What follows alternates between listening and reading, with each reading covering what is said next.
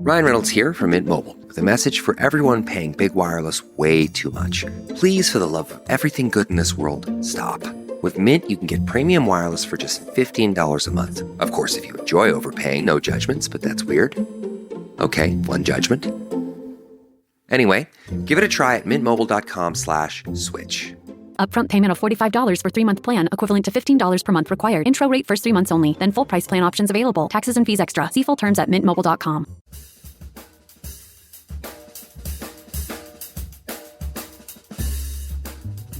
Hey guys, no fancy intro today. I just felt the need to have a bit of a reaction show, a bonus episode, because there was a big mic drop this week from the Biden administration. They're reviving the Cancer Moonshot, which, if you're unfamiliar, was something they put into place after Trump took office and Beau Biden tragically lost his life. Joe and Jill, like I know them, Joe and Jill, started something called the Biden Cancer Initiative in hopes of figuring out what the next version of actually getting something done would mean to the government. And it fell by the wayside, and then he ran for president, and here we are a year into his administration, and my God, mic drop, it's back. All the players that I kind of grew up with in the cancer space were there at the White House for this announcement. They got the band back together. It's a really big deal. And they wanted to have two very important people on the show who were part of the first Biden Cancer Initiative Moonshot that I've known for many, many years. David and Robin Dubin, repeat offenders here on Out of Patience and co-founders of AliveAndKickn, which is an amazing nonprofit focused on Lynch syndrome and colorectal cancer prevention. David and Robin were kind enough to donate 15 minutes of their time to react with me to this news. So here we go. Okay, so David and Robin Dubin are here joining me on this bonus episode reaction to the Biden mic drop this week. The Moonshot is back. Can you guys give us some details? What have you unearthed from this? David? Why are you picking me? You're more handsome. I am not more handsome. Well, she's more beautiful. You're more handsome. Come on, give me a break. But she has better facts than I do. Oh, yeah? Okay, fine. We're tossing it to Robin. The husband can go away now. Sure, no pressure, no Robin, pressure. in British, what's all this then? So I thought this was a very exciting surprise. We know that some of the people that we had worked with in the past on the Biden Cancer Initiative and that were in the White House from the previous Cancer Moonshot when it was announced 5 years ago are in the White House again. So we knew that this was going to be a priority. I think that the pandemic sidelined it a bit, but it's really exciting that they're putting new energy and new focus on the Cancer Moonshot, and all of the activities that they plan on doing are things that are really can have huge impacts on the patient community. So I'm excited about that. Yeah, and for the listeners, Robin and David were part of the original Biden Cancer Initiative when it launched. Come on, take some credit. They're like shaking their heads no on the air. No, take some credit. You were involved with that. You knew the man. You knew Jill. I wish I had some like inside baseball that this was coming in advance. Right. Sounds like you did to an extent, or no?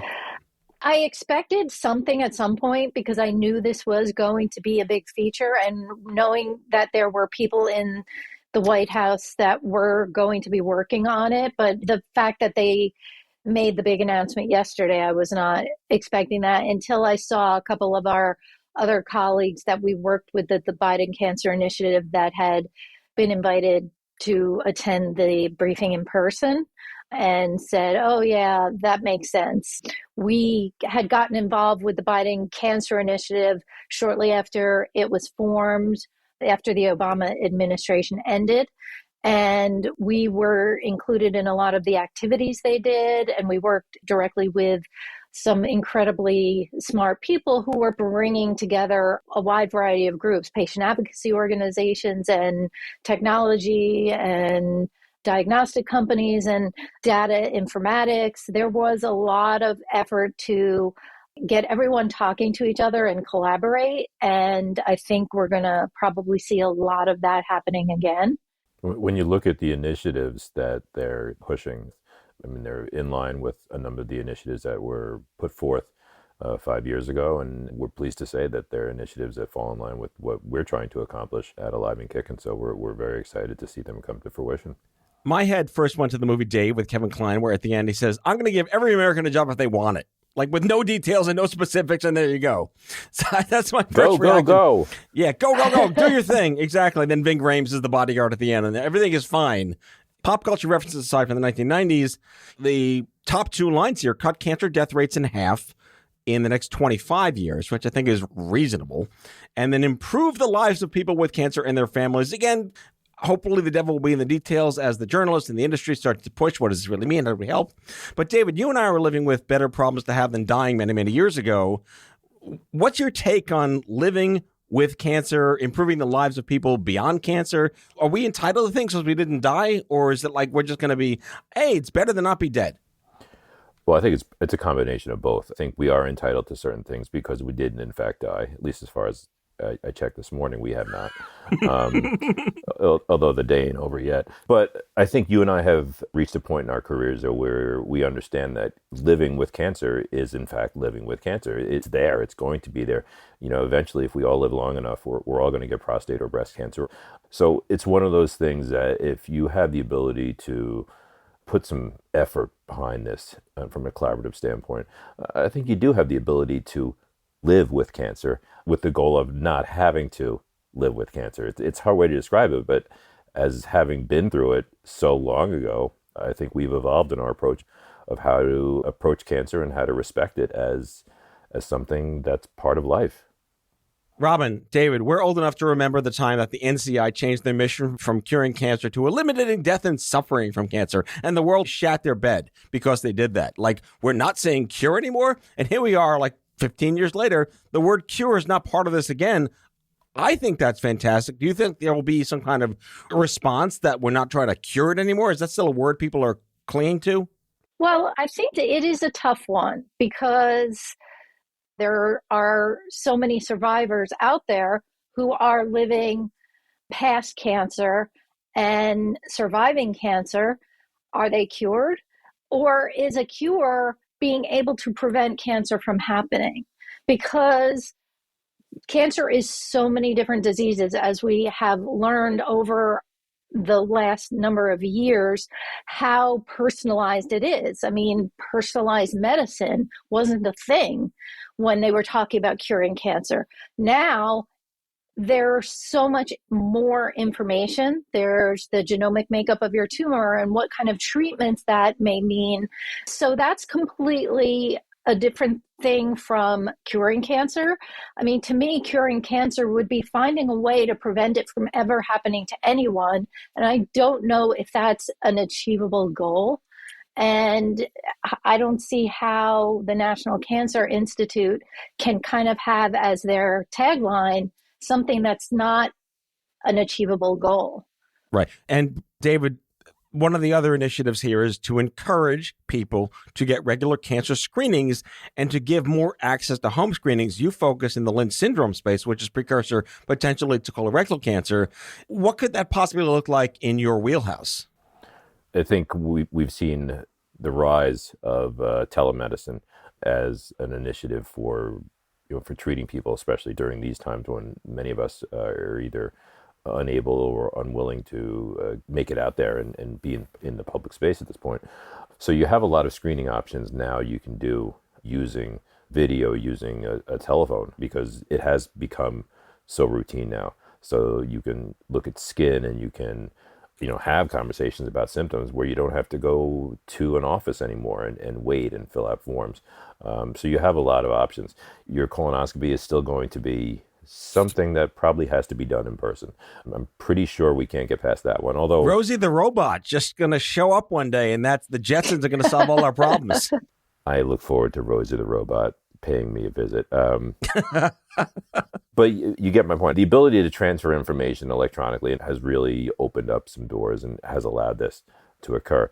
Genetic counseling and genetic testing have both been remote for a number of years. So when saliva had the ability to detect as well as blood in terms of DNA, it opened up a lot of doors. And now you have testing being done from home, shipped off to the netherworld, results coming back, and then you have a specialist being able to walk you through what it actually means, namely typically a genetic counselor. That's been going on for years and has really blown up over the last couple of years, and I think it's a good thing. Yeah, I'd like to believe all of this does fall under infrastructure, and it's not just roads and buildings. It's making sure we kind of try to not get cancer to the best extent. The final question here, all the headlines are like Biden relaunches cancer-fighting moonshot. I know that's all sensationalism and it's hyperbole, but for people like us that kind of live in the ether of the Apple Corps, do we like the word fight anymore, or is that still something we need to say to the public?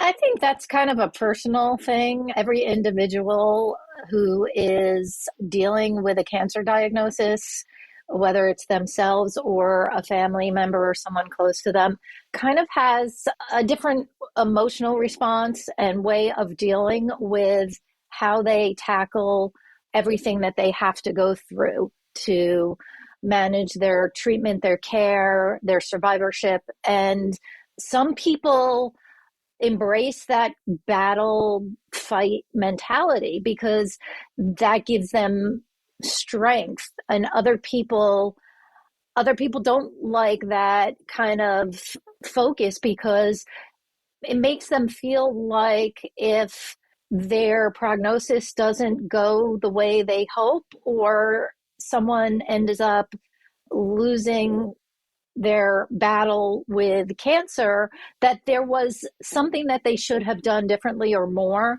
to prevent that from happening. They didn't fight hard enough.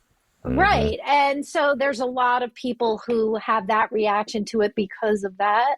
So I think it's really personal in how people deal with it. And you kind of have to go with whatever those individuals are comfortable with.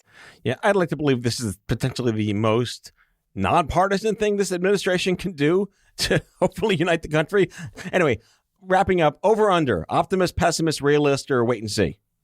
I'm an optimist because I think we have so much happening in research and the advancement of treatments and diagnostics for prevention, for early detection, and for treatment that we are going to see this, reduction in the number of lives lost that they're aiming for.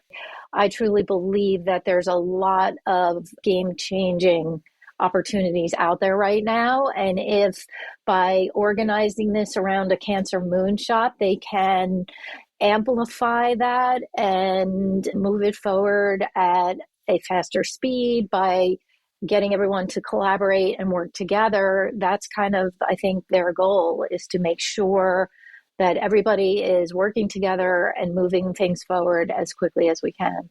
All right. David Dubin, take us home. Optimist. Done. I like it. I'm a cockeyed pessimist, but I think this country needs this. And I'm really, while it's absolutely tragic that Bo passed away, and this is what he and Jill decided to do with their passion and their purpose, that they can bring this into the administration at this pivotal moment, I think is a really good thing. And regardless of what happens, it's better than nothing. And that's kind of where I sit. So I'm pleasantly surprised, and I can't wait to see what does actually happen. I agree. All right. This is the closest I'm ever coming to TikTok with my 15-minute podcast booster shot. But I want to thank David Dubin, Robin Dubin from AliveAndKickn to join me here. You are my favorite correspondents that came on the show today. Oh, that's wonderful. I love you guys. More to come. We'll have you back soon. Take care. Okay. Thanks a lot. Bye. That's all for now. If you like the show, be sure to subscribe, leave a review on Apple Podcasts, follow us on social, and tell all your friends to listen. Tell us what you'd like Matthew to cover in his next episode by leaving a message for us at 855-AUDIO-66, and we might just use it in a future show. Out of Patients is a product of Offscript Health. We are a healthcare engagement company built for patients and caregivers by patients and caregivers. Our executive producers are Matthew Zachary and Andrew McDowell. Our senior producer is Betsy Shepard. Our host is Matthew Zachary. It is recorded, mixed, and edited by Betsy Shepard. For advertising and media inquiries, email media@offscript.com. That's media@offscript.com. For more information, visit offscript.com.